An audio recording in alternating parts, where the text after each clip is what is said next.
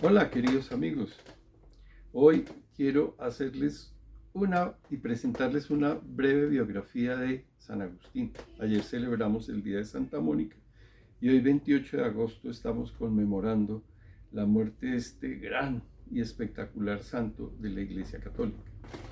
La extraordinaria vida de San Agustín la encontramos en un libro de riqueza sin igual titulado Las Confesiones, en las que él relata la conmovedora historia de su vida y su alma para que sirva de ejemplo a quienes lo lean. Agustín nació en Tagaste el 13 de noviembre del 354, que era por aquel tiempo una ciudad pequeña y libre al norte de África, perteneciente al Imperio Romano. En esta época el Imperio Romano pues dominaba todo el mundo conocido. Su familia no era rica, aunque sí respetable, y su padre Patricio era pagano, aunque al final de su vida, al fin, Santa Mónica logró que fuera bautizado. Muchos dicen que Agustín era ateo porque ignoran que por su madre recibió una educación cristiana. Ella tuvo una formación cristiana y hizo que él fuera signado con la cruz, inscrito entre los catecúmenos. Una vez, estando muy enfermo, pidió el bautismo, pero cuando pasó todo peligro, prefirió no recibir el sacramento, cediendo así a una deplorable costumbre de la época según la cual, como no se habían bautizado, podían seguir pecando. Patricio, orgulloso del éxito de su hijo en las escuelas de Tagaste y Madaura, decidió enviarlo a Cartago a prepararse en la oratoria como rétor, que estos eran pues los que hablaban mucho y muy bien, como ciertas personas que conocemos. Más, por la falta de recursos, Agustín tuvo que pasar en Tagaste el 16º año de su vida, disfrutando de un ocio que resultó ser fatal para su virtud. Se entregó al placer con toda la vehemencia de una naturaleza ardiente. Y esto lo relata él en las Confesiones. Cuando llegó a Cartago a finales del año 370, todas las circunstancias tendían a apartarlo de su verdadero camino. Las muchas seducciones de la gran ciudad aún medio pagana, el libertinaje de otros estudiantes, el bullying que en esta época ya existía, los teatros y el orgulloso deseo de ser el primero en todo, entre otros, incluso en el mal. Al poco tiempo se vio obligado a confesar a Mónica que estaba en una relación pecaminosa con una persona que dio a luz a su hijo Deodato en el año 372. O sea, tenía 16 años. En el año 73, después de leer el Hortensio de Cicerón a los 19 años, absorbió ese amor a la sabiduría que Cicerón elogia tan elocuentemente, y se manifestó en su vida una inclinación totalmente nueva para él. A partir de entonces, Agustín consideró la retórica únicamente como una profesión. La filosofía le había ganado el corazón y el deseo de la sabiduría lo guiaría eternamente por el resto de sus años. Desgraciadamente, tanto su fe como su moralidad iban a atravesar una crisis terrible. En este mismo año del 373, Agustín y su amigo Honorato cayeron en las redes de los maniqueos, sintiéndose seducidos por las promesas de una filosofía libre sin ataduras a la fe. A la mente inquisitiva de Agustín le entusiasmaban las ciencias naturales y los maniqueos declaraban que la naturaleza no guardaba secretos para su doctor Fausto. Y adicionalmente, Agustín encontró ellos una vida en comunidad, que eso era una cosa que a él también lo acompañó por toda su vida. Además, se sentía atormentado por el problema del origen del mal y al no resolverlo, reconoció los dos principios opuestos planteados por los maniqueos. Él ya tenía el problema del pecado y pensaba cómo podía encontrarle una explicación a eso. Una vez conquistado por esta secta, Agustín se dedicó a ella con toda la fuerza de su ser, leyó todos sus libros, aceptó y defendió todas sus opiniones. Fue durante este periodo maniqueo cuando las facultades literarias de Agustín llegaron a su completo desarrollo, y todavía era estudiante en Cartago cuando abrazó el error. Mónica deploraba profundamente la herejía de Agustín y no lo aceptó ni en su casa ni en su mesa. En Cartago continuó enseñando retórica. Su talento resplandeció aún más y alcanzó plena madurez en la búsqueda infatigable de las artes liberales.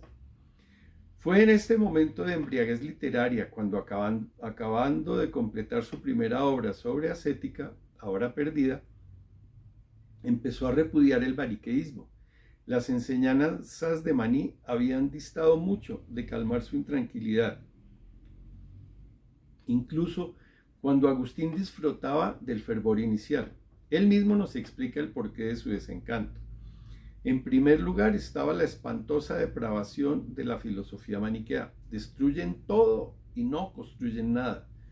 Después, esa terrible inmoralidad que contrasta con su afectación de la virtud, la flojedad de sus argumentos en controversia con los católicos, porque eso era una realidad visible, a cuyos argumentos sobre las escrituras la única respuesta que daban era: las escrituras han sido falsificadas, porque ellos tenían su propia versión de las escrituras. Pero lo peor de todo es que entre ellos no encontró la ciencia en el sentido moderno de la palabra, ese conocimiento de la naturaleza y sus leyes que le habían prometido. Cuando les hizo preguntas sobre los movimientos de las estrellas, ninguno de ellos supo contestarle. Espera, Fausto, decían. Él te lo explicará todo. Y San Agustín decía: hoy no es que Fausto es el non plus ultra. Por fin, Fausto, el celebrado obispo maniqueo, llegó a Cartago. Agustín fue a visitarlo y lo interrogó, y en sus respuestas descubrió al retórico vulgar, un completo ignorante de toda sabiduría científica. Se había roto el hechizo, y aunque Agustín no abandonó la secta inmediatamente, principalmente por la comunidad, su mente rechazó las doctrinas maniqueas. La ilusión había durado 9 años. En el año 383, a la edad de 29 años, Agustín cedió a las posibilidades que se le aparecían en Italia. Su madre sospechaba su marcha y estaba determinada a no separarse de él, pero Agustín la engatusó y se embarcó, escabulléndose por la noche en un barco, pero ella lo siguió. Recién llegado a Roma, cayó gravemente enfermo. Al recuperarse, abrió una escuela de retórica, pero repugnado por las argucias de los alumnos, que eran peor que en Tagaste,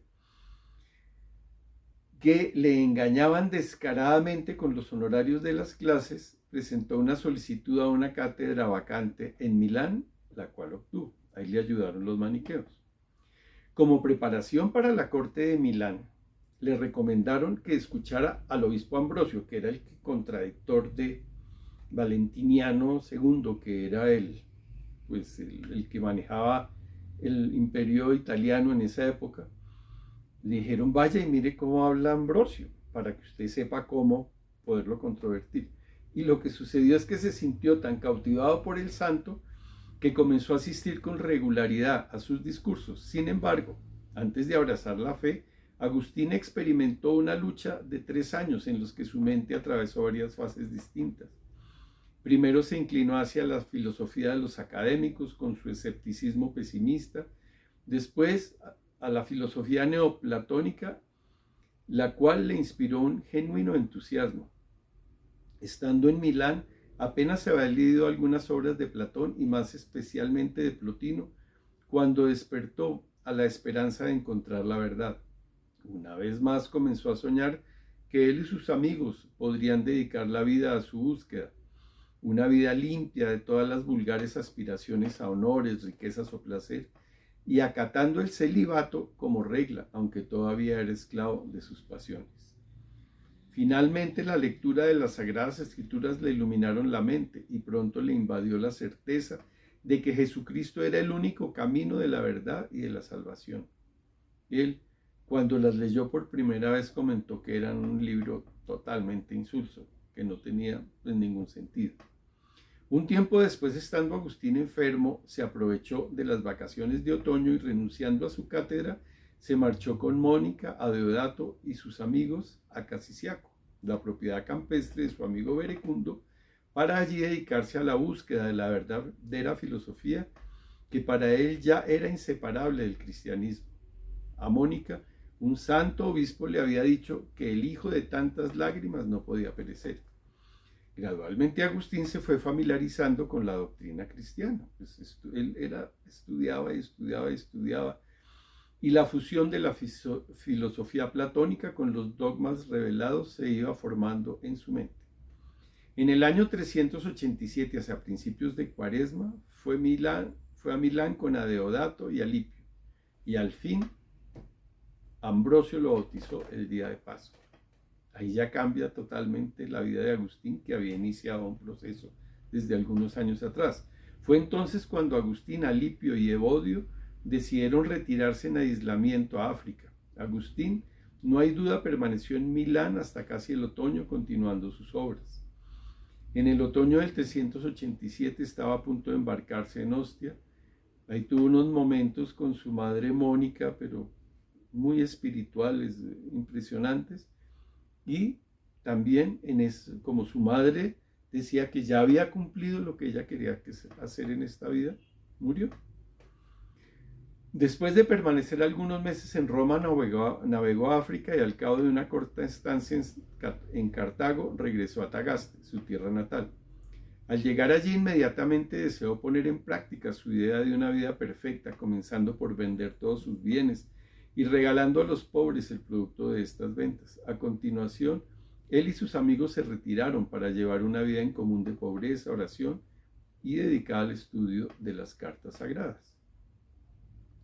Un día, estando en Hipona, donde lo había llamado un amigo cuya salvación del alma estaba en peligro, estaba rezando en una iglesia cuando de repente la gente se agrupó a su alrededor aclamándole y rogándole al obispo Valerio que lo elevara al sacerdocio.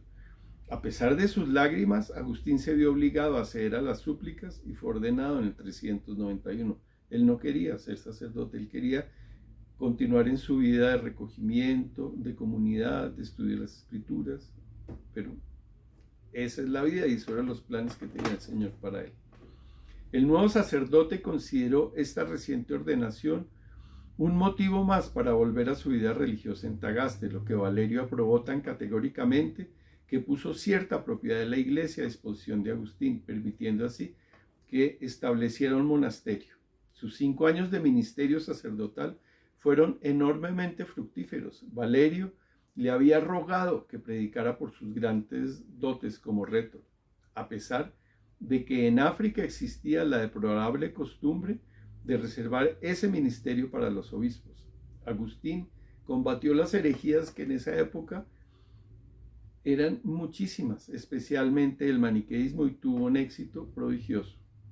Valerio, obispo de Hipona, debilitado por la vejez, obtuvo la autorización para consagrar a Agustín como obispo. Tenía Agustín entonces 42 años y ocupó la sede de Hipona durante 34 años. El nuevo obispo supo combinar bien el ejercicio de sus deberes pastorales con las austeridades de la vida religiosa, y aunque abandonó su convento, transformó su residencia episcopal en monasterio, donde vivió en una comunidad con sus clérigos que se comprometieron a observar la pobreza. Fue defensor de la verdad y pastor de las almas. Sus actividades doctrinales, cuya influencia estaban destinadas a durar tanto como la iglesia misma, pues fíjese que todavía son de una actualidad impresionante, fueron múltiples. Predicaba con frecuencia, a veces 5 días consecutivos, y de sus sermones manaba tal espíritu de caridad que conquistó todos los corazones. Escribió cartas que divulgaron sus soluciones a los problemas de la época por todo el mundo entonces conocido. Dejó su espíritu grabado en diversos concilios africanos a los que asistió. Y luchó infatigablemente contra todos los errores y herejías en esa época, pues la iglesia apenas llevaba 400 años de existencia y estaba en plena formación, y todo lo que apareciera complicadísimo. Entonces, para todos esos problemas siempre se hacía un concilio y aparecía Agustín como defensor de la iglesia. Agustín fue un escritor prolífico, siendo considerado como el campeón de la cristiandad. Entre sus muchísimas obras, porque si uno se pone a ver el catálogo de obras de San Agustín es inmenso, se encuentran como las más célebres las Confesiones, que les recomiendo, las leen. Leer a San Agustín no es fácil, pero con paciencia y con el amor que le va inspirando a uno, va uno avanzando en ellas. También escribió La Ciudad de Dios, que es otra obra impresionante, de Trinitate, acerca de la Santísima Trinidad. Estas son unas obras maestras de filosofía y teología que sirvieron como fundamento y base para la Iglesia Católica. Podría decirse sin temor a equivocarse que San Agustín está casi a la altura de San Pablo. Durante los últimos años de su vida asistió a las invasiones bárbaras del norte de África, iniciadas en el 429, porque los bárbaros ya desde los años 370 habían empezado a invadir el Imperio Romano y aquí ya pues el imperio estaba cerca a su fin, a las que no escapó su ciudad episcopal. Al tercer mes del asedio de Hipona cayó enfermo y murió el 28 de agosto del año 430. Este pues es un resumen muy breve acerca de la vida de Agustín y como les había dicho les recomiendo que lean su libro de las confesiones y como decía el Papa Francisco, oren por mí.